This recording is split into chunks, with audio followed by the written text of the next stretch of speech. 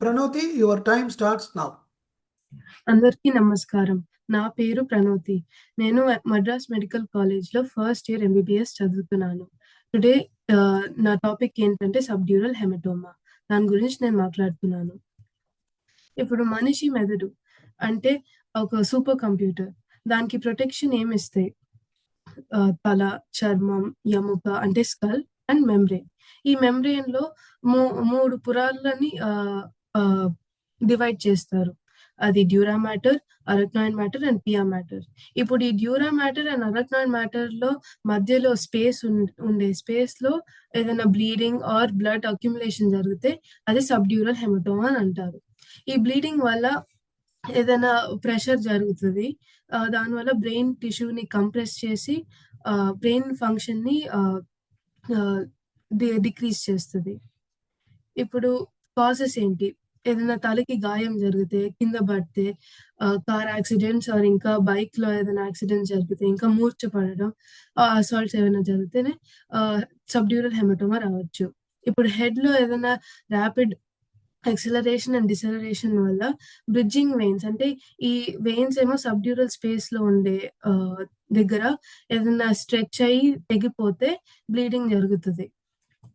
ఇప్పుడు పాథోఫిజియాలజీలో ఈ blood accumulation dura and arachnoid లేయర్స్‌లో పొటెన్షియల్ స్పేస్‌లో బ్లీడింగ్ జరుగుతది.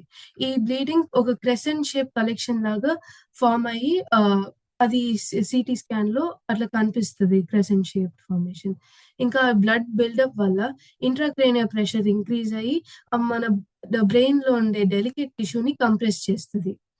ఇప్పుడు ఈ ట్రీట్మెంట్ త్వరగా చేయకపోతే ఇంక్రీజ్ ప్రెషర్ ఎక్కువయ్యి బ్రెయిన్ హర్నియేషన్ జరగొచ్చు. అంటే ఈ బ్రెయిన్ టిష్యూని నార్మల్ పొజిషన్ నుంచి షిఫ్ట్ అయితది.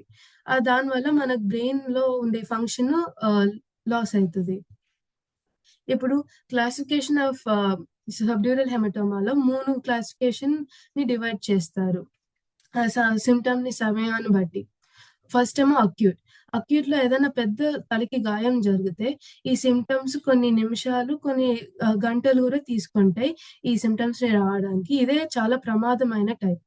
ఇప్పుడు సబ్ అక్యూట్‌లో సింప్టమ్స్ కొన్ని గంటలు తీసుకోవచ్చు. ఇంకా కొన్ని రోజులు కూడా తీసుకోవచ్చు. ఇంకా కొన్ని వారాలు కూడా తీసుకోవచ్చు డెవలప్ కావడానికి. ఇంకా ఇప్పుడు క్రానిక్‌లో అయితే ఏదైనా చిన్న తలకి గాయం జరిగితే ఈ సింప్టమ్స్ కొన్ని వారాలు, కొన్ని నెలలు తీసుకోవచ్చు. ఇది కొంచెం పెద్దవాళ్ళకి చాలా కామన్ ఉండే డిజీజ్. ఇప్పుడు రిస్క్ ఫ్యాక్టర్స్ ఏంటంటే వయసు. ఇప్పుడు చాలా చిన్న పిల్లలు ఉండే వాళ్ళకు షేకెన్ బేబీ సిండ్రోమ్ వల్ల ఈ సబ్డ్యూరల్ హెమటోమా రావచ్చు. ఇంకా అడల్ట్స్‌లో ఏదైనా బ్రెయిన్ ష్రింకేజ్ అంటే చాలా పెద్ద వాళ్ళకి ఏదైనా బ్రెయిన్ అట్రోఫీ ఇంకా బ్రెయిన్ ష్రింకేజ్ జరిగితే ఈ బ్రిడ్జింగ్ వెయిన్స్ స్ట్రెచ్ అయ్యి తెగిపోతాయి. ఏదైనా మందులు యూజ్ చేసేటప్పుడు ఏదైనా ఇప్పుడు బ్లడ్ థిన్నర్స్ అయితే కార్డియాక్ పేషెంట్స్‌కి ఇస్తారు. సో, ఈ బ్లడ్ థిన్నర్స్ అండ్ యాంటీకోయాగులెంట్స్ ఇంకా anti platelet drugs like warfarin and aspirin use చేస్తే సబ్డ్యూరల్ హెమటోమాకి రిస్క్ ఉంటాయి. ఇంకా ఏదైనా medical conditions like bleeding disorders of haemophilia, chronic alcohol use disorder అంటే లివర్‌కి ఏదైనా డ్యామేజ్ అయితే క్లాటింగ్ ప్రాబ్లమ్స్ జరుగుతాయి. ఇంకా అరెక్నాయిడ్ సిస్ట్ లాంటివి ప్రాబ్లమ్స్‌కి ఇది సబ్డ్యూరల్ హెమటోమాకి చాలా రిస్క్ ఉంటది. ఇప్పుడు క్లినికల్ సింప్టమ్స్ ఏంటంటే ఈ సింప్టమ్స్ హెమటోమాని సైజు, లొకేషన్ ఇంకా పేషెంట్‌లో ఉండే కండిషన్‌ని బట్టి చూస్తారు. సింప్టమ్స్ వస్తాయి. ఇప్పుడు జనరల్‌గా ఏం సింప్టమ్స్ అంటే చాలా రోజుల నుంచి తలనొప్పి, వాంతులు రావడం, కన్‌ఫ్యూజన్ ఇంకా ఏదైనా మతిమరుపు, ఇంకా వీక్‌నెస్ అండ్ నమ్‌నెస్సే జనరల్ సింప్టమ్స్ ఉంటాయి.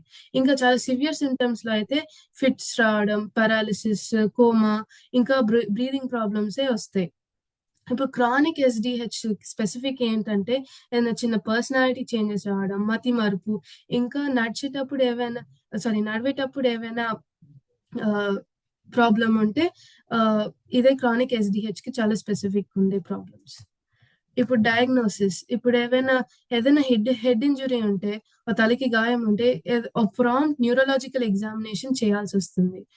ఇమేజింగ్ ఏంటంటే ఒక నాన్ కాంట్రాస్ట్ సీటీ స్కాన్ చేస్తే మనకి చాలా విజిబుల్‌గా తెలుస్తది సబ్డ్యూరల్ హెమటోమా అంటే ఏంటో, ఎక్కడున్నదని. ఒక ఎంఆర్ఐ స్కాన్ తీసుకుంటే ఇంకా క్లియర్‌గా విజువలైజేషన్ వస్తది. ఏదైనా చిన్న ఇంకా క్రానిక్ హెమటోమాస్‌కి చూడడానికి. ట్రీట్మెంట్‌లో అయితే హెమటోమా ఉండే సైజ్, సివియారిటీ ఇంకా పేషెంట్ ఉండే కండిషన్‌ని బట్టి ఈ ట్రీట్మెంట్ గూడా కరెస్పాండ్ చేస్తాము.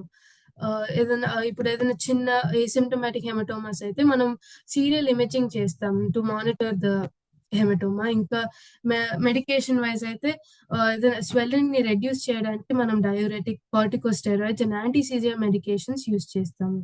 ఇప్పుడు సపోజ్ సర్జరీ అయితే మనము ఆహ్, ఒక లార్జ్ ఆర్ సింప్టమాటిక్ హెమటోమాస్‌ని చాలా ఎక్కువ ప్రెషర్ బిల్డప్ అయితే మనం సర్జరీ చేసుకుంటాం. ఇప్పుడు సర్జరీ అయితే 2 టైప్స్ ఉన్నాయి. ఒకటేమో బర్ హోల్ టెనిఫరేషన్. ఇక్కడైతే స్కల్ లోపల చిన్న చిన్న హోల్స్ డ్రిల్ చేసి బ్లడ్‌ని డ్రైన్ చేస్తాము ఈ ప్రొసీజర్‌లో. ఇదేమో క్రానిక్ ఎస్‌డిహెచ్‌కి చాలా కామన్. ఇప్పుడు క్రేనియెక్టొమీ అయితే స్కల్‌ను ఉండే సెక్షన్‌ని రిమూవ్ చేసి క్లాట్‌ని తీసేస్తేనే ఇది ఈ ప్రొసీజర్ యూజ్ చేయడం. ఇది మోస్ట్‌లీ అక్యూట్ ఎస్‌డిహెచ్‌కే చాలా కామన్ ప్రొసీజర్. ఇప్పుడు ప్రోగ్నోసిస్ అండ్ కాంప్లికేషన్స్‌లో ప్రోగ్నోసిస్ ఇది ఔట్‌కమ్ చాలా వేరీ అయితాయి. ఆహ్, ఏ ట్రీట్మెంట్‌ని సమయాన్ని బట్టి, ఇంకా ఎంత ఈ బ్రెయిన్ ఇంజ్యూరీ ఉండే ఎక్స్‌టెంట్‌ని బట్టి. కానీ మనం ఏం నోటీస్ చేసామంటే యంగర్ పేషెంట్స్‌కే చాలా హైయర్ కాన్షియస్‌నెస్ లెవెల్ ఉండేసరికి వాళ్ళకి బెటర్ ఔట్‌కమ్స్ ఒస్తున్నాయి. ఇంకా కాంప్లికేషన్స్‌లో అయితే ఏదైనా పర్మనెంట్ న్యూరలాజికల్ డెఫిసిట్స్, ఇంకా బ్రెయిన్ హెర్నియేషన్, ఇంకా చాలా రోజుల నుంచి సీజర్స్ రావడం, ఇన్ఫెక్షన్స్ అండ్ హెమటోమా మళ్ళీ మళ్ళీ రావడానికి ఛాన్సెస్ ఉన్నాయి ఈ కాంప్లికేషన్స్‌లో. ఇప్పుడు నేనొక కేస్ గురించి మాట్లాడుతున్నా. ఇది ఒక నేను సర్జికల్ న్యూరోలాజికల్ ఇంటర్నేషనల్ నుంచి తీసుకున్నాను. ఇదొక rare acute idiopathic subdural haematoma. So, ఇప్పుడు ఈ పేషెంట్ గురించి మాట్లాడాలంటే ఒక 27 ఇయర్ ఓల్డ్ హెల్తీ మ్యాన్. 3 గంటల నుంచి ఒక సివియర్ హెడేక్‌తోని హాస్పిటల్‌కొచ్చేసాడు. ఇప్పుడు క్లినికల్‌గా చూస్తే ఏం న్యూరోలాజికల్ డెఫిసిట్స్ లేవు. వీక్‌నెస్ లేదు, లాస్ ఆఫ్ కాన్షియస్‌నెస్ లేవు, ఏం లేవు. ఓన్లీ హెడేక్‌తోనొచ్చేసాడు. ఇంకా డయాగ్నోస్టిక్‌గా చూస్తే ఒక సీటీ స్కాన్ చేశారు. అండ్ ఇన్ ద లెఫ్ట్ ఫ్రంటోపారైటల్ రీజియన్‌లో ఒక లీజన్ దొరికింది. దాన్ అండ్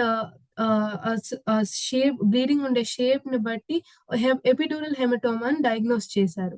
వాళ్ళు ఇంకా ఒక సీటీ స్కాన్ అంటే బోన్ విండో సీటీ అని తీసుకున్నారు. ఎందుకంటే ఈ 2 ఎపిడ్యూరల్ హెమటోమా అండ్ ఈ స్కల్ ఫ్రాక్చర్‌తోని కరెస్పాండ్ అయితాయి. కానీ ఇన్ థిస్ కేస్ ఇది స్కల్ ఫ్రాక్చర్ అయితే లేదు. అందుకే ఇది చాలా అన్‌యూజువల్‌గా ఉంది.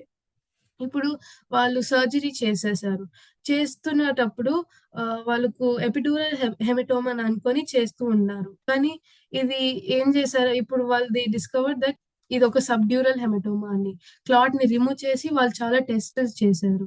Angiography, MRI of the brain చేశారు. ఇంకా ఫుల్ బ్లడ్ కోయాగులేషన్ వర్కప్ కూడా చేశారు. కానీ ఈ పేషెంట్‌లో ఏం అబ్నార్మాలిటీస్ లేవు. ఇప్పుడు వాళ్ళేం నేర్చుకున్నారంటే, ఈ స్పాంటేనియస్ సబ్డ్యూరల్ బ్లీడింగ్స్‌కి చాలా రిస్క్ ఫ్యాక్టర్స్ రావచ్చు. ఇప్పుడు హై బీపీ వల్ల, వాస్కులర్ మాల్‌ఫార్మేషన్స్ వల్ల, క్యాన్సర్, కోయాగులేషన్ ప్రాబ్లమ్స్ వల్ల ఈ స్పాంటేనియస్ బ్లీడింగ్ జరగొచ్చు. కానీ మనం ఏం నోట్ చేసుకోవాలంటే, ఈ పేషెంట్‌లో అయితే ఇవన్నీ సింప్టమ్స్ లేకుండే. ఇంకా ఈ సీటీలో చూస్తే సబ్డ్యూరల్ హెమటోమాకి ఒక క్రెసెంట్ షేప్ ఫార్మేషన్ ఒస్తది బ్లీడింగ్. కానీ వాళ్ళ సీటీలో చూస్తే ఇది క్లాట్ ఏమో అంటే లెన్స్ షేప్‌లో ఉండే. That is only corresponding to epidural haematoma ఉండే ఫీచర్స్. ఇప్పుడు నేనేం కంక్లూడ్ చేయాలంటే, ఈ సబ్డ్యూరల్ హెమటోమాస్ మనం త్వరగా ట్రీట్మెంట్ చేసుకుంటే, ఇంకా ఎంత ఎర్లీగా డయాగ్నోసిస్ చేసుకుంటే, మనకు అంత మంచిగుంటది. అంత మంచి ఔట్‌కమ్ గూడా జరుగుతుంది. ఆహ్, ధన్యవాదాలు. That's it sir.